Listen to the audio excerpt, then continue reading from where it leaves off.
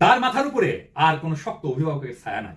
এরকম একটা বিরূপ অবস্থায় সে আর আগে পড়ে নাই। বৈরী জনগণ, ভয়াবহ অর্থনৈতিক সংকট, অস্থিতিশীল মোদী সরকার, অবন্ধুসুলভ আমেরিকা, সুযোগ সন্ধানী চীন, ঘরের কাছে মায়ানমারের যুদ্ধ, সেন্ট মার্টিনের জনগণকে রক্ষা করতে না পারা ইত্যাদি সামনাসামনি তাকে সাহায্য করার মতো বলিষ্ঠ কোনো হাত না থাকায় সে একটা কঠিন পেজ গিতে পড়ছে, যা থেকে সে উদ্ধার পাওয়ার কোনো উপায় নেই।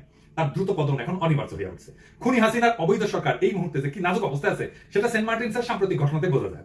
মায়ানমারের রোহিঙ্গা নিধন এবং বাংলাদেশে 1 মিলিয়ন রোহিঙ্গাদের ঢুকায় দেওয়ার সময় সরকারের উচিত ছিল মায়ানমারের বিরুদ্ধে তাৎক্ষণিক সামরিক ব্যবস্থা নেওয়ার সিদ্ধান্ত না এবং সেটা মায়ানমার জান্তাকে জানায় দেওয়া। যে কোনো দেশপ্রেমিক সরকারই তা করত। সেটা না করে খুনি হাসিনা ভারত যা যা আদেশ নির্দেশ দিচ্ছে তা বিনা প্রশ্নে পালন করছে। ভারত নিজে মায়ানমার জান্তার সাথে সুসম্পর্ক রাখছে এবং এই পলিসি চাপায় দিচ্ছে বাংলাদেশের উপরে। আমি আগেও বলছি যে বাংলাদেশের কোনো স্বাধীন পররাষ্ট্রনীতি নাই। আমাদের পররাষ্ট্রনীতি বলে যেটা আছে ওইটা আসলে ভারতের বিদেশ মন্ত্রণালয়, ওই দিল্লি সাউথ ব্লক আছে না, ওইখান থেকে প্রযোজনা এবং পরিচালিত হয়। রোহিঙ্গা ইস্যুতে যদি খুনি হাসিনা সরকার শক্ত অবস্থান নিত, যেটা বেগম খালেদা যে তার আমলে